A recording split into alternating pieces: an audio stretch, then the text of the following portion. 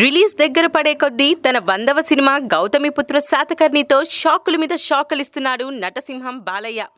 హేమామాలిని, శ్రియాలతో పాటు కన్నడ కంఠీరవ స్వర్గీయ Raj Kumar నటవారసుడు, Kannada star hero Shivraj Kumar కూడా బాలయ్య 100వ సినిమాలో భాగమయ్యాడు.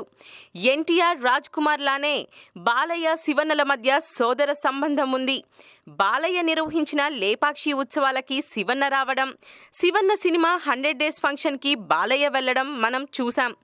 గౌతమిపుత్ర శాతకర్ణిలో శివరాజ్ కుమార్ ఉన్నాడా లేదా అది రూమరేనా అనుకుంటున్న టైంలో గౌతమిపుత్ర శాతకర్ణిలో శివన్న గెటప్ రిలీజ్ చేసింది యూనిట్.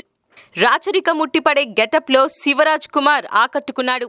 ఫస్ట్ లుక్ పోస్టర్పై తెలుగు తెరపై తొలిసారిగా అభినవ కన్నడ కంఠీరవ పార్వత పుత్ర శివరాజ్ కుమార్ అని వేసి శివన్న పట్ల సోదర భావం చాటుకున్నాడు శాతకర్ణుడు.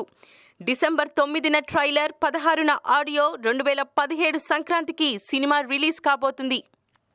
మరిన్ని ఫ్రెష్ ఫిల్మ్ అప్డేట్స్ కోసం మా TFC మీడియా ఛానల్ని సబ్స్క్రైబ్ చేసుకోండి.